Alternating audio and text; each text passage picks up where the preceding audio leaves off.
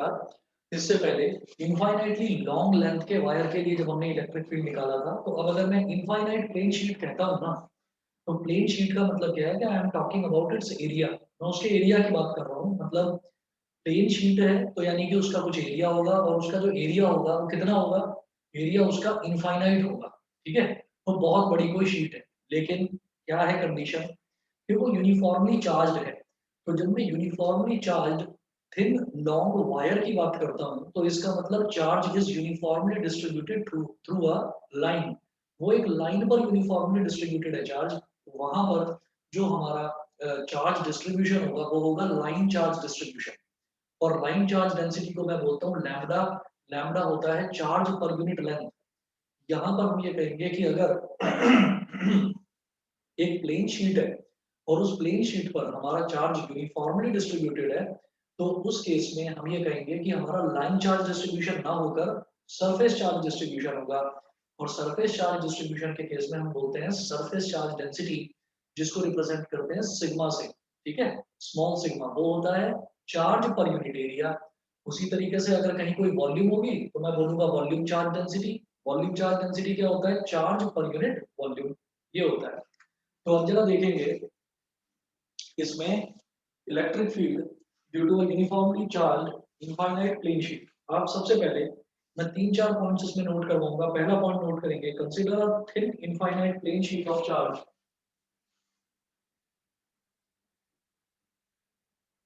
Consider a thin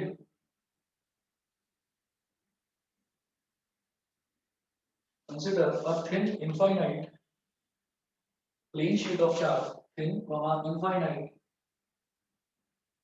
plane sheet of charge. Consider a thin infinite plane sheet of charge with uniform surface charge density, with uniform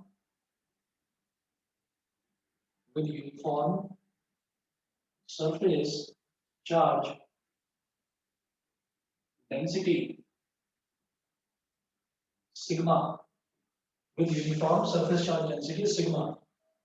ठीक है, फिर next point लिखेंगे, we wish to calculate its electric field.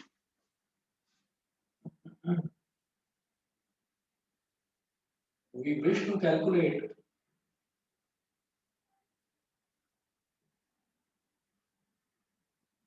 we wish to calculate its electric field. We wish to calculate its electric field at a point capital P.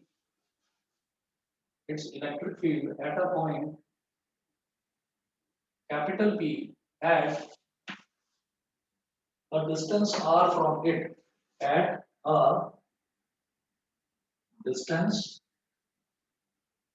r from it.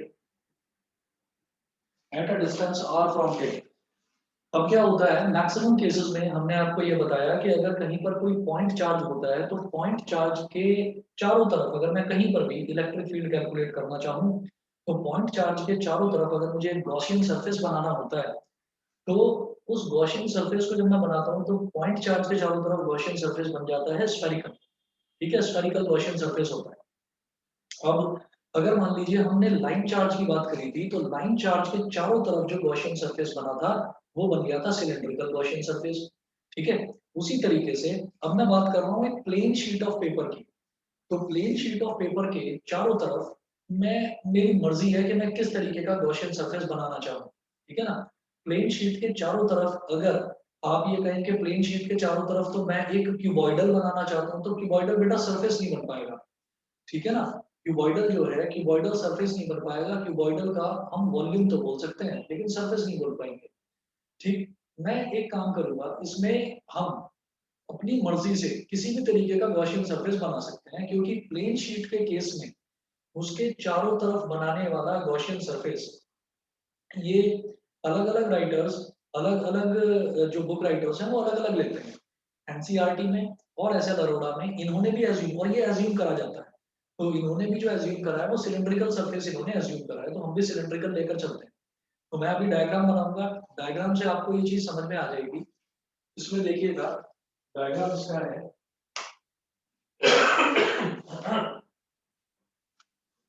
ये एक plane sheet होगी, ऐसे बनाएंगे इस तरह से।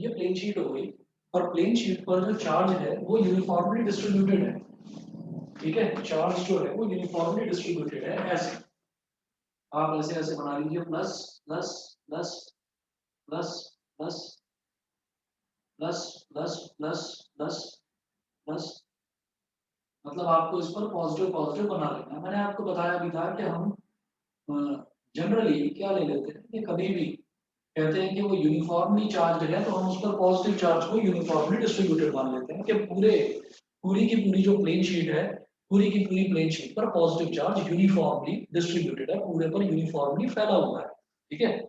उसके बाद देखिएगा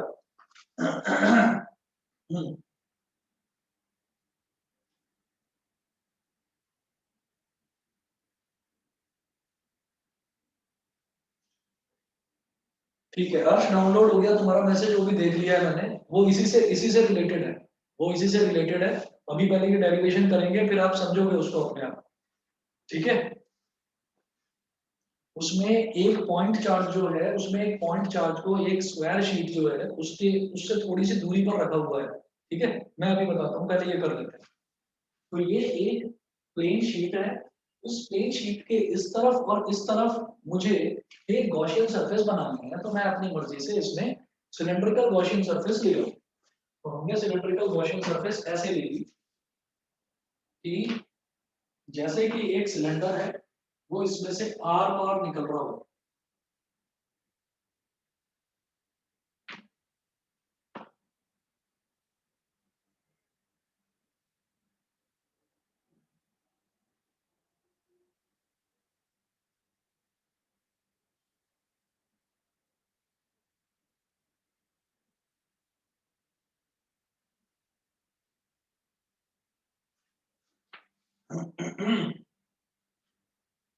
मैंने बोला कि ये जो सिलेंडर है, इस सिलेंडर का cross sectional area cross sectional area ले लिया बेटा, capital A. Cross sectional area हो गया इसका कैपिटल ए। अच्छा, मेरी आवाज तो सभी को क्लियर आ रही है ना? मैंने थोड़ा सा सेटअप चेंज करा है आज। मेरी आवाज सबको साफ आ रही है? Yes sir. Yes sir. ठीक है। कहीं पर भी ऑडियो में या वीडियो में कोई प्रॉब्लम आए तो आप प्लीज बता देना मेरे को, क्योंकि अगर ऑडियो और वीडियो ही प्रॉपर नहीं है तो फिर ऑनलाइन क्लास में फिर उतना इंटरेस्ट डेवलप नहीं हो पाएगा।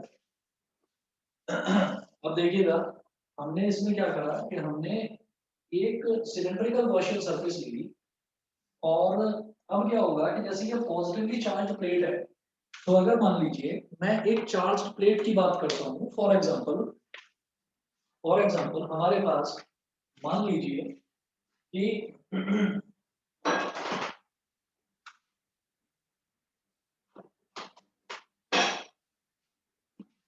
मान लीजिए कि हमारे पास ये एक, जैसे कि मान लो कि ये एक बुक है, और इस बुक में हमने ये कह दिया कि ये मैंने टेढ़ा करके इसको रखा हुआ है, इसका मतलब ऐसे है कि ये, वैसे तो ये इस तरीके से है, जो प्लेन शीट है वैसे तो ये इस तरीके से है। हमने ये कहा कि ये बुक इस तरीके से रखी हुई है, तो इसके यहाँ पर एक गॉसियन सरफेस है और इसके यहाँ पर एक गॉसियन सरफेस है। मैंने बोला कि इस पर चारों तरफ जो है, इस पर चारों तरफ एक चार्ज जो है वो डिस्ट्रीब्यूटेड है, पॉजिटिव चार्ज जो है वो इस पर चारों तरफ डिस्ट्रीब्यूटेड है। तो हमने ये कहा कि जब पॉजिटिव चार्ज डिस्ट्रीब्यूटेड है, तो हम ये जानते हैं कि पॉजिटिव चार्ज की प्रॉपर्टी होती है कि इलेक्ट्रिक फील्ड पॉजिटिव चार्ज से दूर की तरफ भागता है। इलेक्ट्रिक जो फील्ड है वो पॉजिटिव चार्ज से बाहर की तरफ निकलता है। तो जो शीट है, शीट की तो दो साइड हो गई ना, एक साइड तो हो गई इधर वाली और एक साइड हो गई इधर वाली। तो इलेक्ट्रिक फील्ड यहाँ से भी बाहर की तरफ निकलेगा, because uniformly positive charge distributed है, और इलेक्ट्रिक फील्ड यहाँ से भी बाहर की तरफ निकलेगा, क्योंकि जो इलेक्ट्रिक फील्ड है वो हमारा बाहर की तरफ निकलता है पॉजिटिव चार्ज से। ये सभी को क्लियर है इतना? बताइए जी, इतना क्लियर है? आगे चलो। Yes sir. ठीक है, तो मैं वही चीज अब इसमें मेंशन करने वाला हूँ। ये तो मैंने डायग्राम बना दिया। अब यहाँ पर आप ये कह देंगे कि ये जो हमारे पास ये शीट है ना, इस पर तो आप लिख दीजिए प्लेन शीट, और इसकी जो चार्ज डेंसिटी है वो है सिग्मा। ये वाला जो पॉइंट है बेटा, इस पॉइंट को आप बोल दीजिए पी, पी पॉइंट। यहाँ पर इलेक्ट्रिक फील्ड इस तरह से होगा, कैपिटल ई, ठीक है, कैपिटल ई इलेक्ट्रिक फील्ड की डायरेक्शन होती है, तो ई वेक्टर बोल दिया। इस वाले पॉइंट को आप बोल दीजिए पी डैश। यहाँ पर इलेक्ट्रिक फील्ड जो है वो भी बाहर की तरफ होगा, ई वेक्टर। मतलब इधर जो पीछे वाला पॉजिटिव फेस है वो भी बाहर की तरफ इलेक्ट्रिक फील्ड को फेंकेगा, और इधर वाला जो पॉजिटिव फेस है वो भी इलेक्ट्रिक फील्ड को बाहर की तरफ फेंकेगा। ठीक है, अब इस चीज को नोट कर लीजिए। हाँ ऐश्वर्या, कुछ पूछ रहे हैं?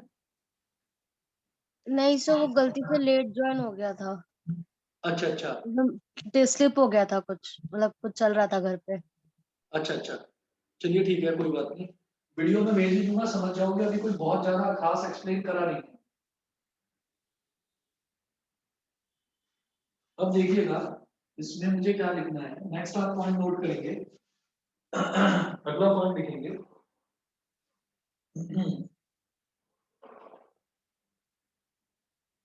Electric field points outwards normal to the sheet.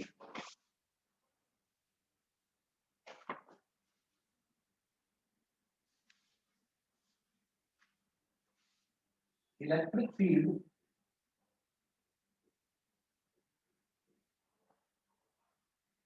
points electric field points outward, normal to the sheet, points outward normal to the sheet, normal to the sheet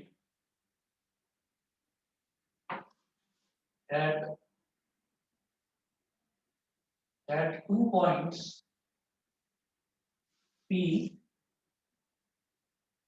and P dash, at 2 points P and P dash, equidistant from the sheets, equidistant at 2 points P and P dash, equidistant from the sheet, and on opposite sides, and on opposite sides,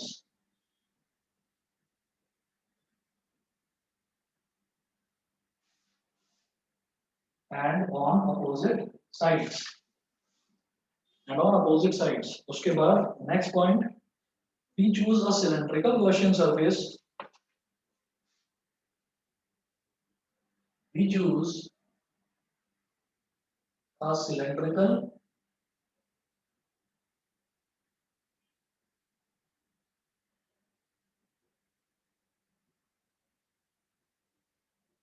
Gaussian surface of cross-sectional area capital A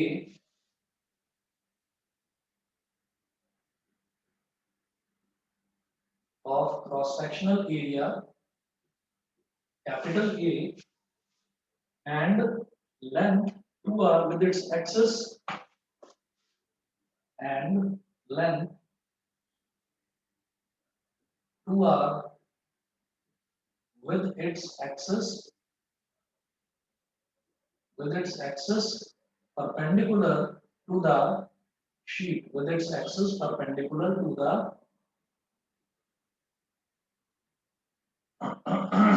with its axis perpendicular to the sheet. ठीक है, तो हमने क्या करा, ये cylindrical Gaussian surface plane sheet के case में हमारे हाथ में है, हम जैसा भी गॉसियन सरफेस ले सकते हैं। हमने कहा कि चलिए जी एक सिलेंड्रिकल गॉसियन सरफेस है, सिलेंड्रिकल गॉसियन सरफेस की जो टोटल लेंथ है वो मैंने 2r ले ली, और शीट को कुछ इस तरह से माना कि शीट जो है वो इसके एग्जैक्ट सेंटर पर लाई करती है। तो इसका मतलब ये जो पॉइंट P है, ये जो पॉइंट P है, ये यहाँ से कितने डिस्टेंस पर हो गया, r डिस्टेंस पर। और सिमिलरली ये जो पॉइंट P डैश है, ये भी इससे कितने डिस्टेंस पर हो गया, r डिस्टेंस पर। तभी तो टोटल डिस्टेंस, टोटल इसकी लेंथ 2r हो गई। तो r इस तरफ और r इस तरफ, ठीक है। क्रॉस सेक्शनल एरिया इसका हो गया कैपिटल P। ये हम समझ ही गए हैं कि इलेक्ट्रिक फील्ड इधर भी लगेगा और इधर भी लगेगा, क्योंकि यूनिफॉर्मली चार्ज डिस्ट्रीब्यूटेड है और शीट है। तो शीट की तो दोनों साइड्स होती हैं, तो इस तरफ भी इलेक्ट्रिक फील्ड डेवलप हो जाएगा और इस तरफ भी इलेक्ट्रिक फील्ड डेवलप हो जाएगा। यहाँ तक सभी बच्चों को क्लियर है? बताइए बताइए। Yes sir. यस ठीक है, सर। चलिए ठीक। उसके बाद एक लाइन लिखूंगा, वो अगर समझ में आ जाए तो बताना, नहीं तो मैं उसको एक्सप्लेन करता हूँ। नेक्स्ट लाइन लिखेंगे, as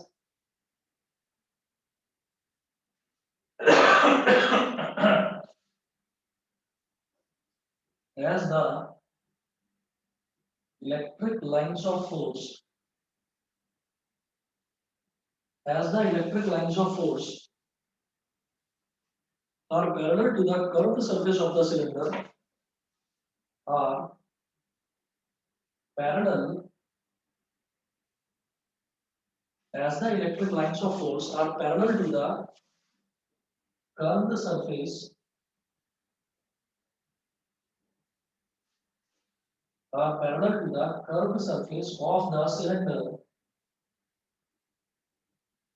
are parallel to the curved surface of the cylinder, comma, the flux through the curved surface is zero, comma, the flux through the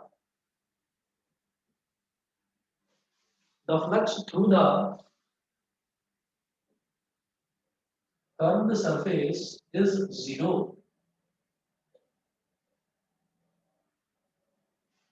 The flux through the curved surface is zero.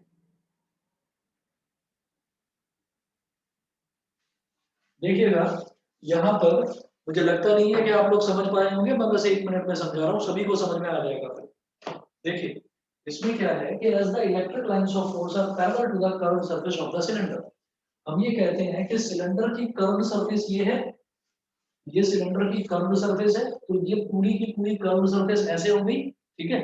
पीछे वाली curved surface ऐसे हो गई, तो electric field कैसे जा रहा है, इलेक्ट्रिक फील्ड की डायरेक्शन भी ये है और कर्व्ड सरफेस भी ऐसे है। तो कर्व्ड सरफेस जो है और इलेक्ट्रिक फील्ड जो है वो दोनों के दोनों पैरेलल हो गए, ठीक है। और जब भी ये दोनों के दोनों पैरेलल हो गए और जब भी मैं फ्लक्स निकालता हूँ, तो फ्लक्स निकालने का फॉर्मूला बेटा ये होता है d phi e, हम जानते हैं कितना होता है, ये E vector dot ds vector. और क्योंकि जो कर्व्ड सरफेस है, जो कर्व्ड सरफेस एरिया है, कर्व्ड सरफेस एरिया और इलेक्ट्रिक फील्ड ये दोनों के दोनों पैरेलल हैं, तो जब ये दोनों के दोनों पैरेलल हैं तो हम ये कहेंगे कि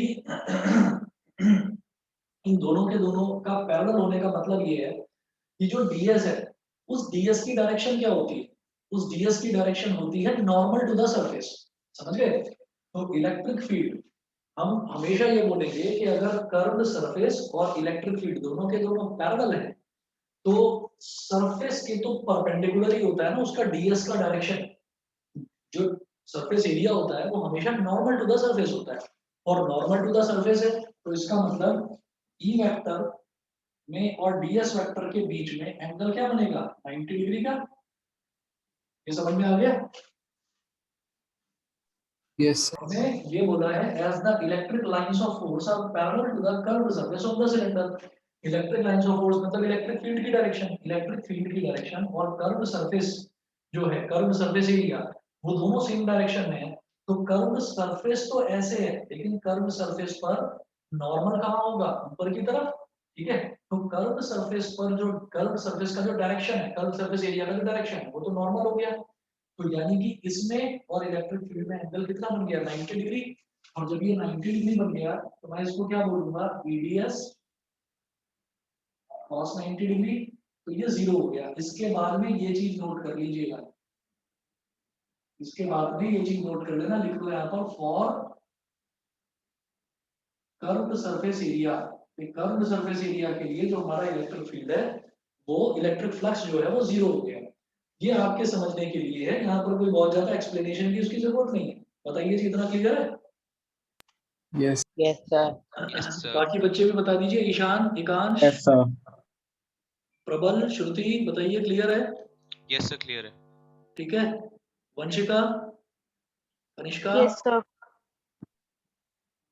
चलिए ठीक है जी।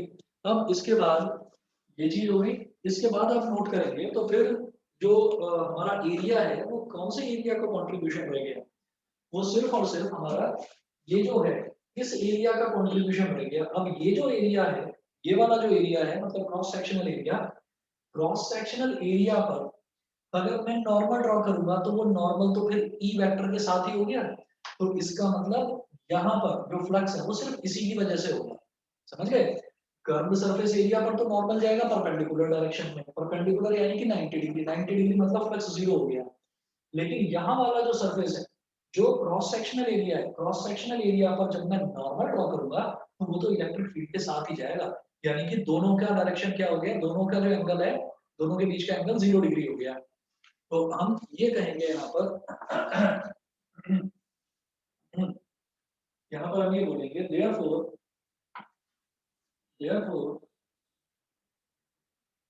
net flux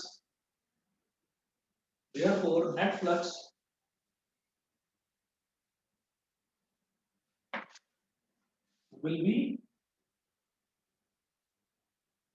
due to the two end faces of the cylinder, two end faces of the cylinder।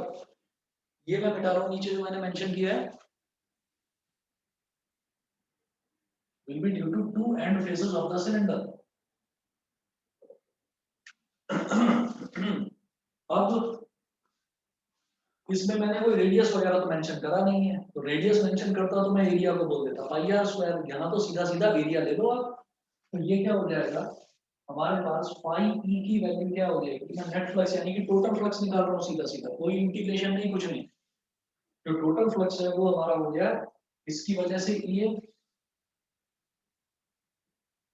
और इसकी वजह से ई, तो फाई ई की वैल्यू हो गई ट्वाइस ऑफ ई। इसको बोल दीजिए इक्वेशन नंबर 1। ये सबको समझ में आ गया है कि नहीं, ये बता दो। Yes, sir. ठीक है ना? यहाँ का क्योंकि मैंने एरिया ही कैपिटल ए लिया है तो उसको कोई इंटीग्रेट वगैरह करने की कोई जरूरत ही नहीं है, मैंने फाइनल एरिया ए ले रखा है। ठीक है, तो ये हो गया ट्वाइस ऑफ ए। समझ गए? बताइए बेटा, आर एन दोनों, आर एन बताओ, R N Dhinga, R N Digal, clear है दोनों को? Yes, sir. Yes, sir. ठीक है, चलिए जी। उसके बाद मैं आगे चलता हूँ। इसके बाद हम ये कहेंगे charge enclosed by the Gaussian surface,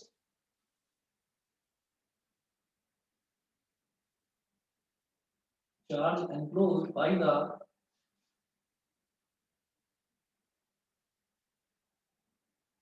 Gaussian surface। तो वो चार्ज एनक्लोज कैसे निकलेगा, चार्ज डेंसिटी है सिग्मा, है ना? तो सिग्मा क्या होता है बेटा, Q अपॉन A, चार्ज पर यूनिट एरिया। तो Q कितना हो गया, Q is equal to sigma into A। ये हो गई इक्वेशन नंबर 2। फिर आप मेंशन करें अकॉर्डिंग टू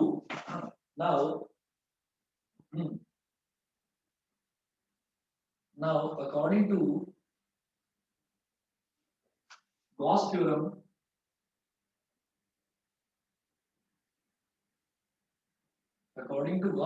क्या होता है, phi E is equal to Q upon epsilon naught होता है। देखिए फाई ई की वैल्यू क्या है, 2EA, क्यू की वैल्यू क्या है, sigma A upon epsilon not. देखिए ए से ए कैंसिल आउट हो गया तो ई की वैल्यू आ गई सिग्मा अपॉन 2 एप्सिलॉन नॉट। ये आपको शायद नीचे तक दिखाई ना दे रहा हो, मैं इसको शिफ्ट कर रहा हूँ। अभी दिखाई दे रहा है सबको नीचे तक? ठीक है, तो ए Yes. से ए कैंसिल आउट हो गया। अब इस तरफ कर रहा हूँ, ये ऊपर का पोर्शन मिटा रहा हूँ।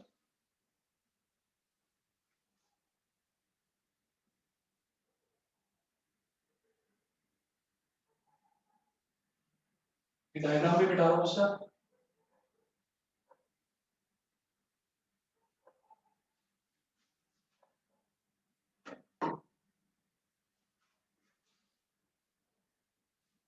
तो यहाँ से 2E is equal to sigma upon epsilon naught आ गया, तो 2 को नीचे ले जाओ, it implies that E is equal to sigma upon 2 epsilon naught.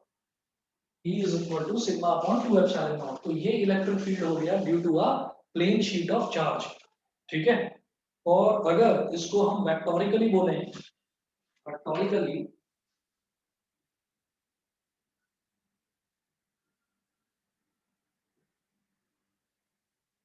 E vector is equal to sigma upon 2 epsilon naught, क्योंकि सिग्मा और एप्सिलॉन नॉट दोनों ही स्केलर क्वांटिटीज हैं, सिग्मा अपॉन 2 epsilon naught। और लिख लीजिए n कैप, n कैप हो गया जो भी डायरेक्शन है यूनिट वेक्टर इलेक्ट्रिक फील्ड की, जो भी डायरेक्शन है, तो मेंशन कर लो उसको, where n cap is the unit vector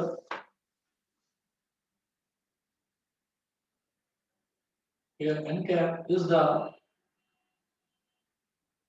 unit vector unit vector normal to the plane and going away from it, unit vector normal to the plane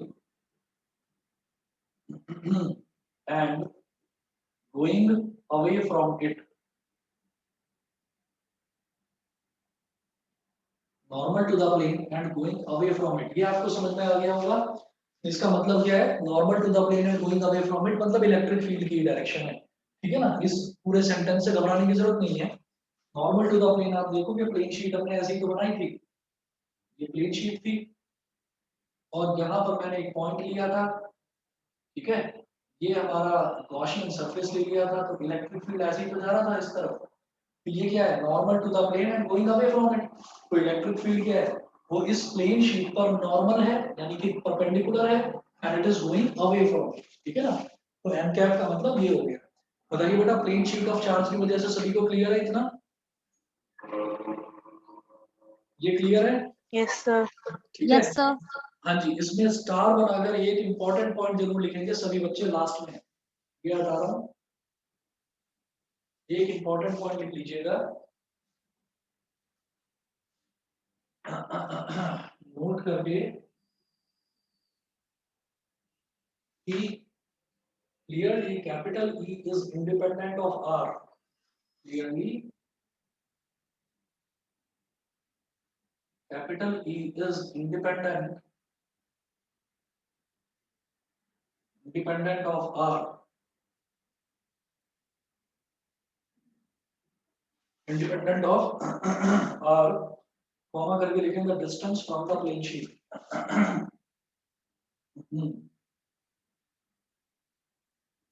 The distance from the plane sheet,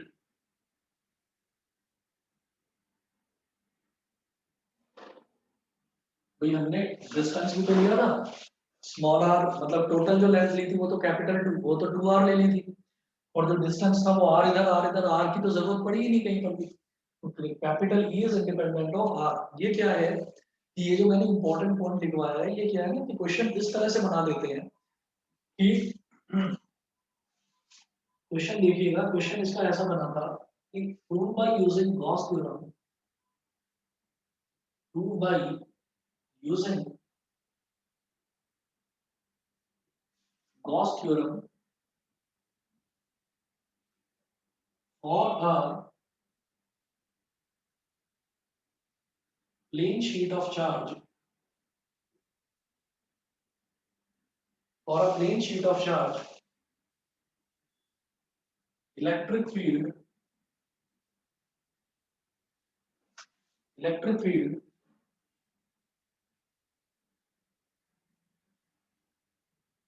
is independent, electric field is independent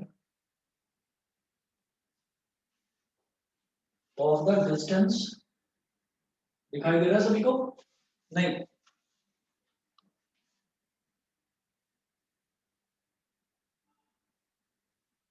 electric field is independent of the distance from the sheet, ठीक है ना। तो ये question आ जाता है, वो आपसे सीधा सीधा ना पूछकर कई बार ना घुमा कर पूछ लेते हैं If proved by using Gauss theorem for a plane sheet of charge, electric field is independent of the distance from it. ठीक है, कि इलेक्ट्रिक फील्ड उसके डिस्टेंस पर डिपेंड करता ही नहीं है। ये चीज आपसे प्रूव करने के लिए पूछ सकते हैं और पूछा भी है। ठीक है, अगला सर देखते डिस्टेंस हैं। ऑफ चार्ज की बात हो रही हाँ, distance from Distance of- distance from the sheet, sheet की बात हो रही है ना, प्लेन शीट। ये शीट से कहाँ तक का डिस्टेंस? शीट से जिस पॉइंट पर भी मैं इलेक्ट्रिक फील्ड निकालना चाहता हूँ, हमने शीट से पॉइंट पी के बीच का जो डिस्टेंस था वो स्मॉल आर लिया था राइट साइड में और स्मॉल आर लिया था लेफ्ट साइड में, समझ रहे हो? यस तभी तो पूरी की पूरी जो सिलेंड्रिकल गॉसियन सरफेस थी उसकी टोटल लेंथ 2r ले ली थी कि r इस तरफ और r इस तरफ, तो वो उस पर कहीं पर डिपेंड ही नहीं करा। आप ये देखिएगा कि ये हमने पूरा देख लिया, हमारा जो टोटल फ्लक्स है वो सिग्मा अपॉन 2 एप्सिलॉन नॉट आ गया, sorry total electric field sigma upon 2 epsilon not. तो कहीं पर इस स्मॉल r की जरूरत ही नहीं पड़ी, it is independent of small r। तो कितनी भी दूरी पर हो, बराबर दूरी पर हो या अलग अलग दूरी पर हो तो भी सेम ही रहेगा, समझ गए? Yes sir. सभी को क्लियर है? चलिए जी, अगला एप्लीकेशन। प्रबल समझ में आ रहा है? Yes, sir. ठीक है जी। अब अगला देखेंगे, electric field of two positively charged parallel plates. ये नोट कर लीजिए, मुझे बस 1 मिनट दीजिए, मैं पानी पी लूं। 1 मिनट में कंटिन्यू कर रहा हूं अभी।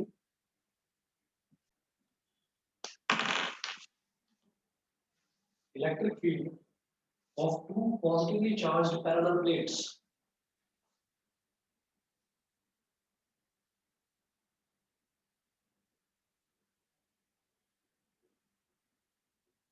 Electric field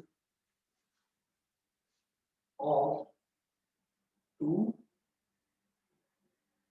positively electric field of two positively charged parallel plates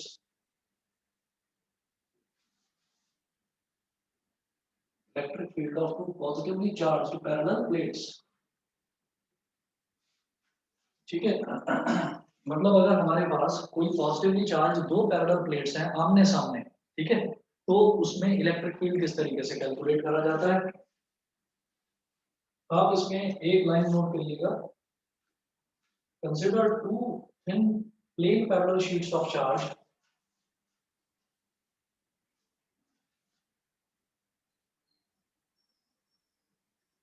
consider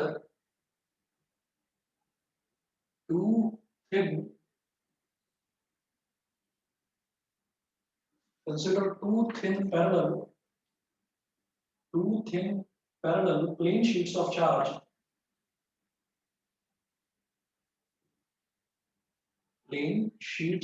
charge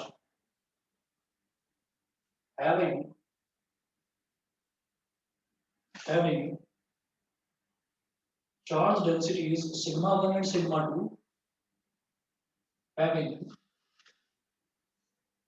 charge densities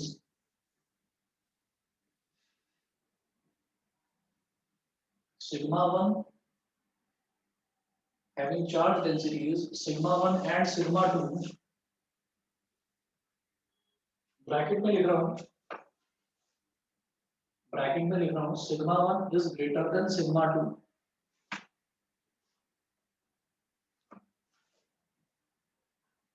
Next point, suppose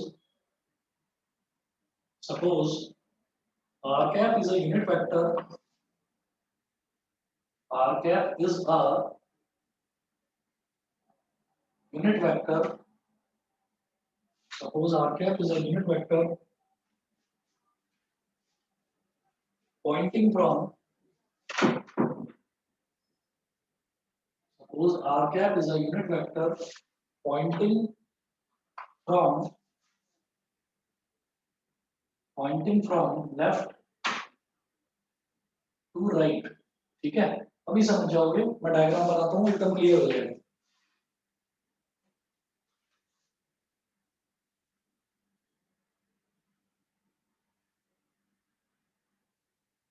एक तो ये शीट ले ली इधर हमने ऐसे, plus plus plus plus plus plus, ठीक है, यूनिफॉर्मली इस पर पॉजिटिव चार्ज डिस्ट्रीब्यूटेड है। अच्छा, थोड़ी सी दूरी पर एक शीट और ले ली,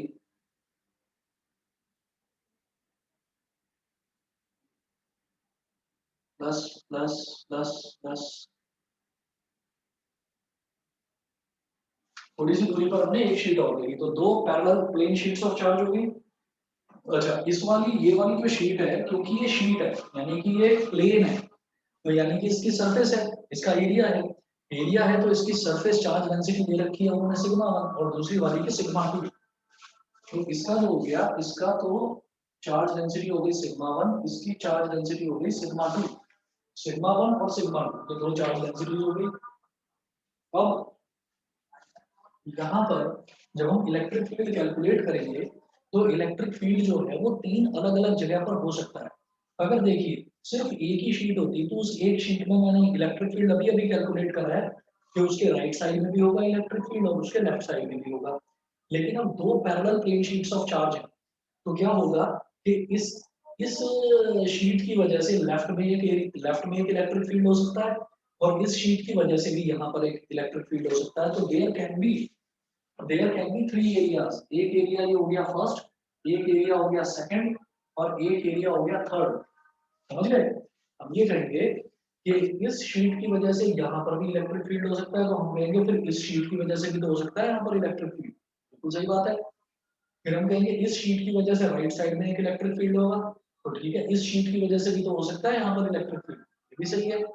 फिर हम कहेंगे इस शीट की वजह से राइट में एक इलेक्ट्रिक फील्ड होगा, इसी तरह से इस शीट की वजह से भी राइट में एक इलेक्ट्रिक फील्ड होगा। तो there can be three areas, ये तीन एरिया बनेंगे यहाँ पर, ये समझ में आ गया आपको? ये सभी को क्लियर है?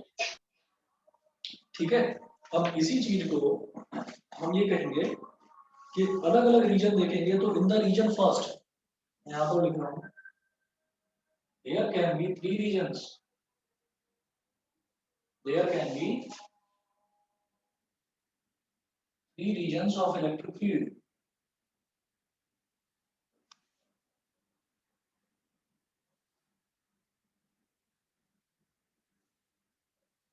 There can be three regions of electric field. अब मैं लिखूंगा in the region first, इस तरफ मेंशन कर रहा हूँ।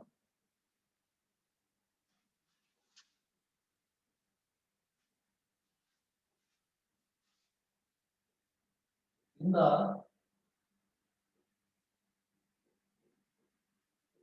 region first, अगर मैं फर्स्ट रीजन की बात करूं,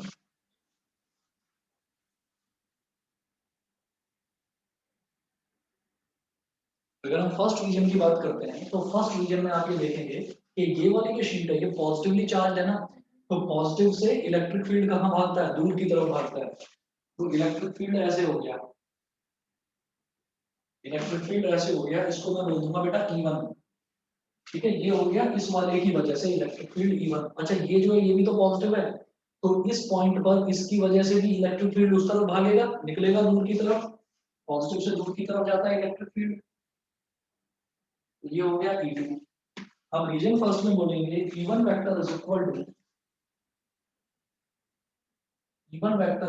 to minus sigma 1 upon 2 epsilon naught, sigma 1, क्योंकि इस वाली शीट का सरफेस चार्ज डेंसिटी है सिग्मा 1, तो minus sigma 1 upon 2 epsilon naught R cap. अब आप ये कहेंगे कि मैंने माइनस क्यों लिया है, क्योंकि आर कैप जो एक यूनिट वेक्टर है उसकी मैंने डायरेक्शन लेफ्ट से राइट की तरफ मानी है, इसकी डायरेक्शन मैंने लेफ्ट से राइट की तरफ मानी है। ऐसा मैंने क्यों माना है? क्योंकि जो नेट इलेक्ट्रिक फील्ड होगा ना, नेट इलेक्ट्रिक फील्ड लेफ्ट से राइट की तरफ ही होगा, because surface charge density sigma 1 is greater than sigma 2, मतलब इसका चार्ज जो है वो इसके कंपैरिजन में थोड़ा ज्यादा ताकतवर है, तो ये इसको इस तरफ ज्यादा ताकत के साथ रिपेल करेगा, तो नेट इलेक्ट्रिक फील्ड की डायरेक्शन तो ये होगी। अब इसकी वजह से यहाँ इस रीजन में इलेक्ट्रिक फील्ड E1 इधर जा रहा है, तो ये लेफ्ट डायरेक्शन है, और एक्चुअल में डायरेक्शन इलेक्ट्रिक फील्ड की राइट थी, तो ये नेगेटिव हो जाएगा। E1 भी नेगेटिव, E2 भी नेगेटिव। बताइए सभी समझ गए कि दोनों को मैं नेगेटिव क्यों ले रहा हूँ? सर एक बार रिपीट कर दीजिए। दोबारा बता रहा हूँ। हमने ये कहा कि यहाँ पर हमने जो दो प्लेन शीट्स ली हैं, एक ये वाली और एक ये वाली, इसकी सरफेस चार्ज डेंसिटी को मैंने लिया सिग्मा 1, इसकी सरफेस चार्ज डेंसिटी को मैंने लिया सिग्मा 2। तो मैंने बोला कि sigma 1 is greater than sigma 2, ये ऐसे ही मैंने मान लिया था कि सिग्मा 1 इसकी चार्ज डेंसिटी इसके कंपैरिजन में ज्यादा है, मतलब इसकी चार्ज की वैल्यू ज्यादा है, ठीक है। तो जब इसकी चार्ज की वैल्यू ज्यादा है तो ये इसको ज्यादा ताकत से इधर रिपेल करेगा, रिपल्सिव फोर्स तो देखो ये भी लगाएगा, लेकिन क्योंकि इसकी चार्ज डेंसिटी ज्यादा है तो ये ज्यादा स्ट्रॉन्ग रिपल्सिव फोर्स होगा, यानी कि हमारा इलेक्ट्रिक फील्ड जो है नेट डायरेक्शन उसकी इस तरफ होगी, समझ गए, because sigma 1 is greater than sigma 2, yes sir. ठीक है। तो इस वजह से मेरा E1 जो है, लेकिन E1 तो लेफ्ट की डायरेक्शन में जा रहा है इसीलिए मैंने नेगेटिव साइन लगाया है, और E2 भी लेफ्ट की डायरेक्शन में जा रहा है, क्यों? क्योंकि इसकी वजह से इलेक्ट्रिक फील्ड कहाँ जाएगा, अगर इस रीजन में देखें तो इस तरफ निकलता हुआ, समझ गए। तो ये भी क्या हो जाएगा, माइनस का sigma 2 upon 2 epsilon naught R cap. बेटा बताओ दोनों नेगेटिव है, ये सबको क्लियर है? Yes sir. Yes, sir. ठीक है, दृष्टि क्लियर है? Yes sir. Abhinav, yes sir. Ishan, yes sir. चलिए तो मेरे पास दो आ गए E1 और E2, तो मैं लिखूंगा by principle of superposition, by principle of superposition, E vector is equal to E1 vector plus E2 vector, दोनों का एडिशन।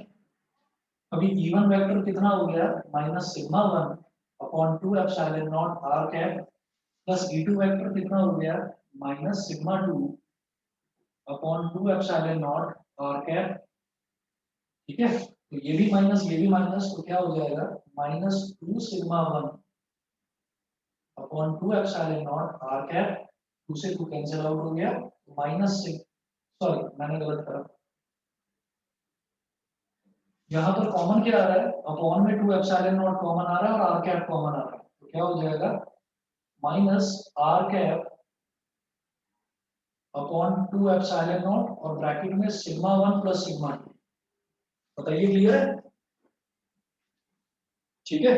अब इसी तरीके से मैं बात करता हूं in the region second, in the region second, second region में आप ये देखिएगा कि सिग्मा 1 की वजह से इस वाले बीच वाले पोर्शन में इलेक्ट्रिक फील्ड की डायरेक्शन क्या होगी, पॉजिटिव से निकलता हुआ, तो E1 इस डायरेक्शन में हो जाएगा,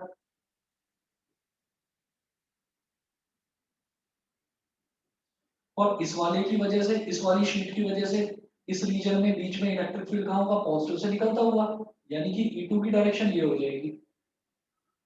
सबको समझ में आ गया E1 और E2 की डायरेक्शन? बताइए क्लियर है, E1 और E2 की डायरेक्शन समझ में आ गया? Yes sir.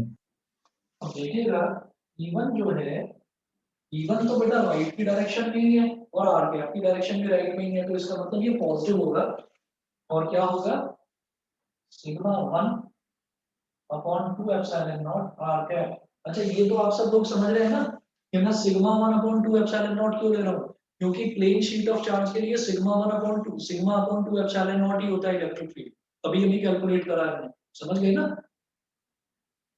अभी अभी हमने डिराइव करा था इससे पहले वाले डेरिवेशन में कि इलेक्ट्रिक फील्ड प्लेन शीट के लिए सिग्मा अपॉन 2 एप्सिलॉन नॉट होता है, तो मैं पहली के लिए बोल रहा हूँ, तो इसकी सरफेस चार्ज डेंसिटी क्योंकि सिग्मा 1 है, इसलिए सिग्मा की जगह मैंने सिग्मा 1 लिख दिया, ठीक है। कनिष्का समझ में आ रहा है बेटा?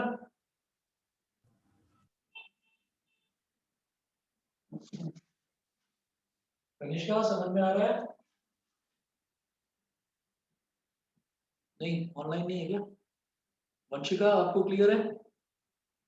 Yes sir. श्रुति, आर्यन ढींगरा, आवाज नहीं आ रही है?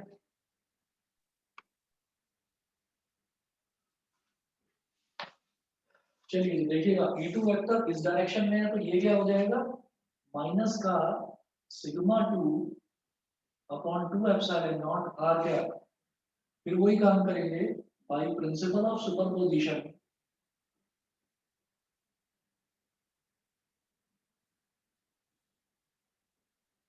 Bye principle of superposition E vector is equal to E1 vector plus E2 vector. तो E1 vector क्या है, sigma 1 upon 2 epsilon naught r cap plus minus sigma 2 upon 2 epsilon not into r cap. ठीक है, plus minus क्या हो गया, minus r cap upon 2 epsilon naught दोनों में आ रहा है, r cap upon 2 epsilon not मैंने कॉमन ले लिया, तो ब्रैकेट में क्या बचेगा, सिग्मा 1 माइनस सिग्मा 2। ये हो गया रीजन सेकंड। उसके बाद बात करेंगे रीजन थर्ड की। तो रीजन थर्ड में देखिएगा,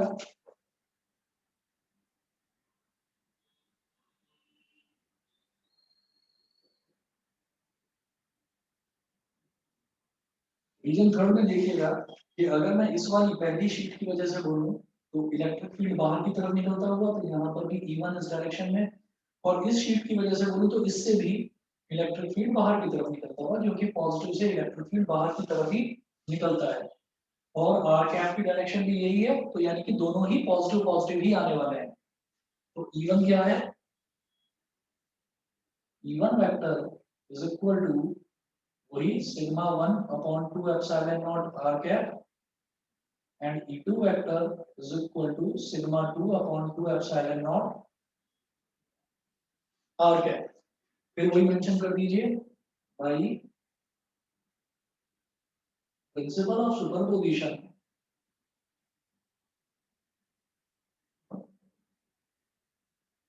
by principle of superposition, E vector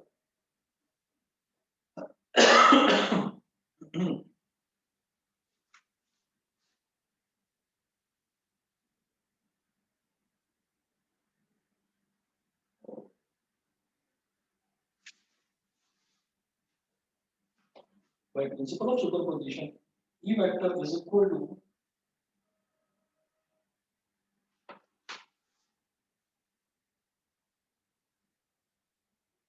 E1 vector plus E2 vector।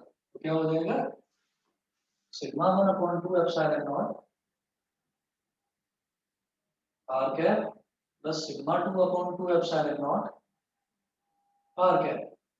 तो r cap upon 2 epsilon naught common आ गया, ब्रैकेट में आ गया सिग्मा 1 प्लस सिग्मा 2। बताइए जी, सभी को क्लियर है? Yes sir.